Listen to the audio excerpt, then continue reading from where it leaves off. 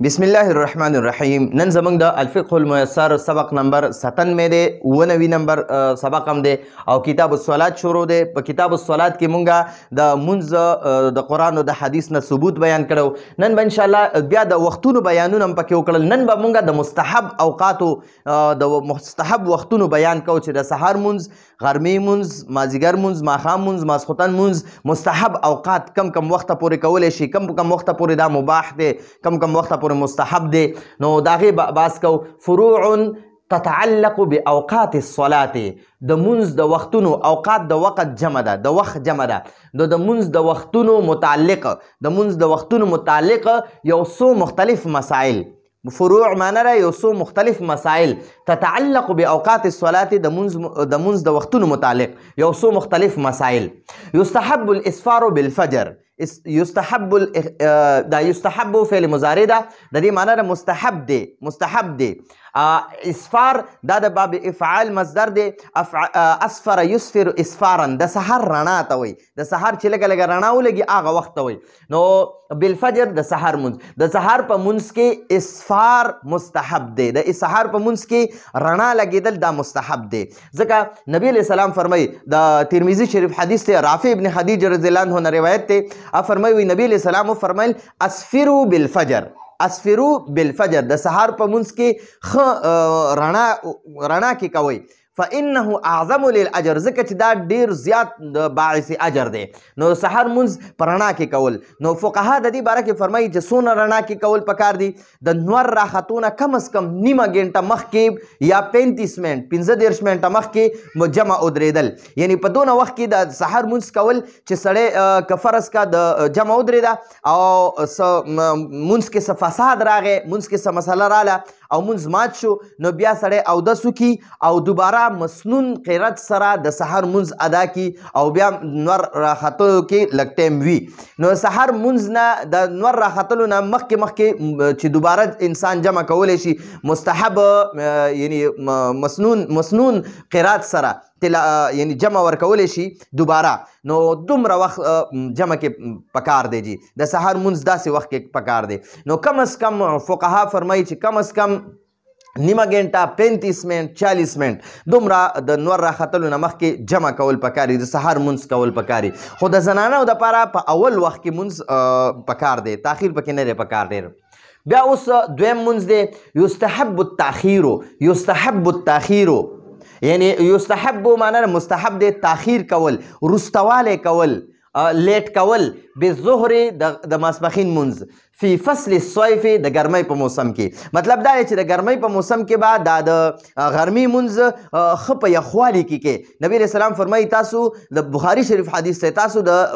ماسپښین منځ په ګرمۍ کې په یخوالي کې وکئ. نو فقها فرمایي په دومره یخوالي کې دا د غرمې منځ په داسې وخت کې پکار دی د ګرمۍ په موسم کې چې د دیوالونو دا سورې دومره وي چې سړی په هغې کې تلی شي جمیله، د دیوال په سوري کې انسان تلی شي چې د نور نه محفوظ وي. خو دا یو خیال ساتل پکاري چې د مثل اول نه زیات لیټ کول نه دی پکار. نو د غرمې منځ کې او صیف دا د ګرمۍ موسم ته وایي، فصل دا موسم ته وایي. نو فصل الصيف د ګرمۍ موسم، فصل الصيف د ګرمۍ موسم. یستحب التاخیر، تاخیر کول، رستوالی کول مستحب دی بالظهر د ماسپښین په مانځه کې فی فصل الصيف د ګرمۍ په موسم کې. نو د ګرمۍ په موسم کې بعد ماسپښین منځ لږ لیټ کې، لکه مثلا چې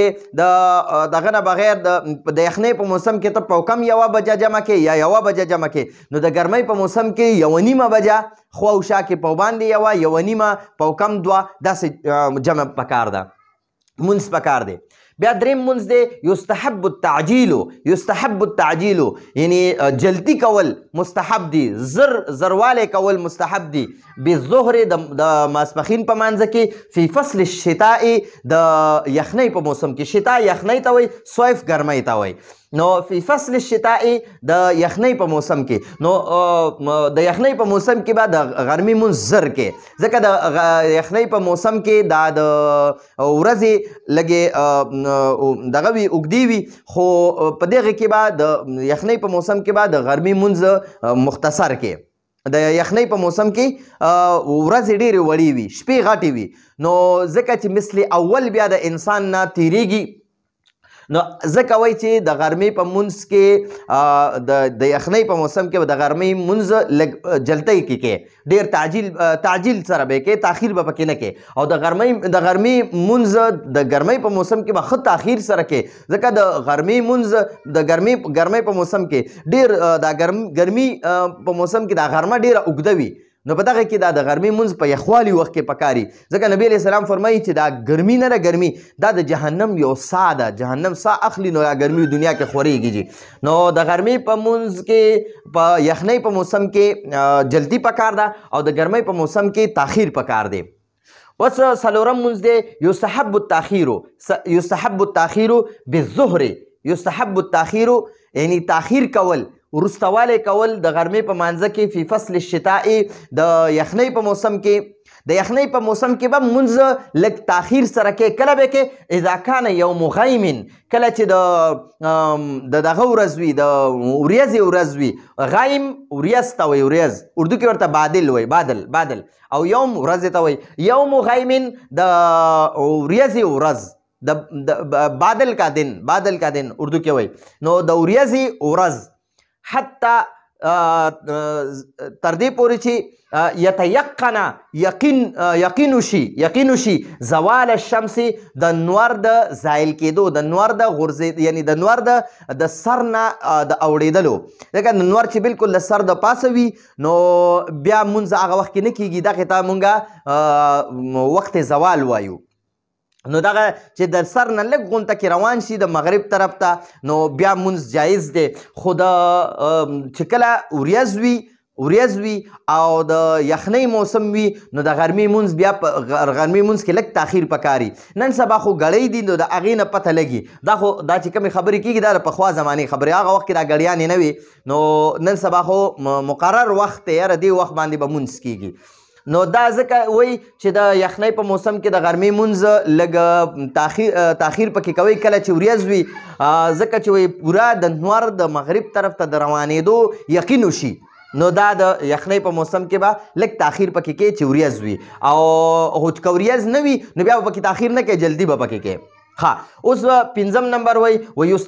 یستحب تاخیر العصر، یستحب تاخیر العصر، د مازیګر منځ کې تاخیر کول، وروستوالی کول مستحب دي، یعنی د غرمې د مازیګر منځ لږ لیټ کول، ډېر جلدي پکې نه وي پکار، څنګه ټایم داخل شي بس فوراً. اوس د شوافعو په نسبت باندې په اول وخت کې مونځ بیا جایز دی، زموږ د احنافو په نسبت باندې په دویم وخت کې مونځ جایز دی. نو یستحب تاخیر العصر، یستحب تاخیر العصر، د مازیګر په مانځه کې تاخیر کول مستحب دي، د مازیګر په مانځه کې تاخیر کول مستحب دي، ما کمې پورې چې لم یتغیر الشمس، نور متغیر شوی نه وي، کمې پورې چې نور متغیر شوی نه وي، نور رنګ بدل کړی نه وي، نور زیړ شوی نه وي، د نور رنګ زیړ شوی نه وي، او لږ هغه تر داسې چې زیړ شوی نه وي چې لکه انسان ورته ګوري او سترګو کې هغه شعاګانې نه ورځي، نو داسې وخته پورې مونځ کول جایز نه دي، خو د دې نه لږ رامخکې وخته پورې چې نور متغیر شوی نه وي، بدل شوی نه وي، د نور رنګ زیړ شوی نه وي، نو هغه وخته پورې ته مونځ کولی شي، او که د نور رنګ زیړ شو نو بیا د مازیګر مونځ نشي کولی. نو دا دې لپاره فقها فرمایي تاسو د مازیګر مونځ تاخیر سره کوئ چې د نوافلو وخت درته ډېر میلو شي، ځکه د مازیګر مونځ نه مخکې نوافل کولی شي خو وروسته ترې نوافل نفلونه نشي کولی، نو ځکه وایي چې تاسو د مازیګر مونځ لږ تاخیر سره کوئ، او که هغه یخني وي او که ګرمي وي، په هر موسم کې د مازیګر مونځ به په تاخیر سره کې لږ اخري وخت کې به کې چې نور متغیر شوی نه وي، هغه وخته پورې به کې. ها، بیا وایي یستحب تعجیل العصر، یستحب تعجیل العصر، د مازیګر مانځه کې جلدی کول مستحب دي، کله فی یوم الغیم، د وریځې په ورځ، یعنی بادل کے دن عصر کی نماز میں جلدی کرنا مستحب ہے. نو د یستحب تعجیل العصر، تعجیل معنی را جلدی کول، زر کول، زر نو یستحب تعجیل العصر د مازدیګر مونځ زر کول مستحب دي کله فی یوم الغیم د ورځې په ورځ باندې چې کله ورځ وي نو بیا د مازدیګر مونځ لږ تاخیر سره کوئ دا دې لپاره چې تاسو نه د مازدیګر مونځ ختم نشي اسره چې خیالم نه او د مازدیګر مونځ نه ختم شي نو نن سبا دا خو پخوانی خبرې وي او نن سبا وخت کې خو ګړی شته نو د مازدیګر مونځ ټایم مقرر وي د غرمې مونځ ټایم مقرر دی د هر مونځونو وخت مقرر دی خو دغه کې به دا چې کوم وخت پورې ګړی نه وي نو بیا دغه خبره پکې وه اوس وایي یستحب تعجیل المغرب د ماښام مونځ کې تعجیل کول جلدی کول مستحب دي نو هغه په هر موسم کې که هغه یخني وي او که ګرمي وي نو تاسو به پکې د مازدیګر مونځ وایي د ماښام مونځ کې تعجیل کوئ جلدی کوئ یعنی مطلب دا دی چې دومره جلدی کوئ چې اذان او اقامت په منځ کې یو منټ نیم انتظار وکړه بس ډیر زیات دغه پکې ډیر لیټ کولی نه شي خو که بیا فقها فرمایي وایي که چېرته یو کس ډیر زیات بیمار وي یا په سفر کې وي یا وږی وي ډیره سخته لوږه ورته لګېدلې وي او دا خوراک کوي نو خیر دی که لږ غونته کې 15-16 منټه یا 10 منټو پورې دا تاخیر وکړي نو مکروه نه دي خو هسې د دغې عذرونو نه بغیر بیماری یو عذر دی سفر یو عذر دی او شدید لوږه سخته لوږه هم یو عذر دی نو که دا درې عذرونه نه وي نو بیا مونځ کې تاخیر نه دی پکار تعجیل به کې د ماښام مونځ کې او که نه دا درې عذرونه درته وي نو خیر دی که 10-12 منټه تاخیر پکې وشي نو هېڅ خبره نه ده بیا مکروه نه دي خو که دا عذرونه درته نه وي او ته د یو منټ 2 منټو نه ډېر لیټ کې نو دا بیا مکروه دي ها مخکې اوس وایي یستحب تاخیر المغرب د ماښام په مانځه کې تاخیر کول وروستوالی کول مستحب دي کله فی یوم الغیم د ورځې په ورځ باندې چې کله ورځ وي نو بیا خیر دی د ماښام مونځ لږ لیټ وکړه خو نن سبا خو د ماښام د مونځونو دپاره هم ګړی شته دی وخت مقرر دی نو چې کوم وخت مقرر شوي په هغه وخت باندې کول پکاري اوس د ماسخوتن مونځ دی نو یستحب تاخیر العشاء یستحب تاخیر العشاء د ماسخوتن مونځ کې تاخیر کول مستحب دي کم وخته پورې الی ثلث اللیل د شپې 3 حصې پورې د شپې 3 حصې پورې د ماسخوتن مونځ کې تاخیر کول دا مستحب دي د تاخیر مطلب دا دی وروستوالی کول لږ لیټ کول دا مستحب دي دغه په ورځ باندې د ماسخوتن مونځ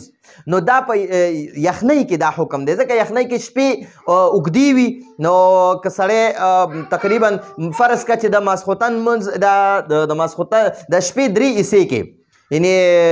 د ماسخوتن د 6 بجو نه واخله تر د سهار 6 بجو پورې دا 12 غنټې جوړیږي نو دا 12 غنټې کې 4 غنټې کا نو په 3 باندې تقسیم شو نو دا اول 4 غنټې نه دي لکه د 6 نه واخله تر د 10 بجو پورې دا 4 غنټې دي نو د 10 بجو نه 2 منټه مخکې 15 منټه مخکې پورې د ماسخوتن مونځ کول دا مستحب دي دا 3 حصه ده نو د شپې 3 حصې پورې مونځ کول دا مستحب دي او د شپې نیم حصې پورې لکه 12 غنټې دي نو ته د 6 غنټو پورې دا مونځ تاخیر کولی شي لکه 12 بجو پورې مباح دی جایز دی او بیا د 12 نه وروسته کول دا بیا ټیک نه دي نو دا د ماسخوتن د مونځ د اوقاتو باره کې چې دا په یخنۍ کې دي په ګرمۍ کې شپې وړې وي نو چې څومره جلدي پکې وشي نو دا دې لپاره چې د ماسخوتن اذان نه پس ډیر مونځ کې د تاخیر وکړو نو خلک د وخته اوده کېږي ځکه شپې وړې وي خوب نه پوره کېږي نو دې لپاره چې د ماسخوتن مونځ څنګه اذان کېږي فورا ورپسې 10 منټه 15 منټه 20 منټه پس جمع ودرېدل بیا پکار دي بیا ډېر 10 بجو پورې او 12 بجو پورې رسول نه دي پکار ځکه بیا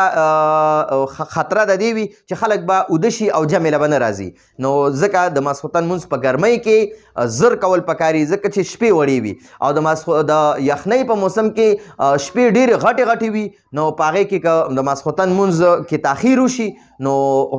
مستحب دي نبی علیه السلام به فرمایل وایي که زما په امت باندې د مشقت یره نه وه نو ما به د ماسخوتن مونځ 3 حصې ته وروسته کولو امت باندې دا لازم کړی وی خو زما په امت باندې ما ته د مشقت یره ده نو مستحب دي که د ماسخوتن مونځ کې د یخنۍ په موسم کې سړی تاخیر وکړي د 3 حصې پورې د شپې 3 حصې پورې نو دلته کې وایي یستحب تاخیر العشاء د ماسخوتن مونځ کې تاخیر کول مستحب دي الی ثلث اللیل د شپې 3 حصې پورې ثلث 3 حصه یادی او د دې جمع اثلاث راځي او لیل شپې ته وایي الی معنی د پورې د شپې درېیمې حصې پورې د ماسخوتن منځ کې تاخیر کول مستحب دي. ٹھیک شو جی. نو دا زمونږه د منځونو د اوقاتو د باره کې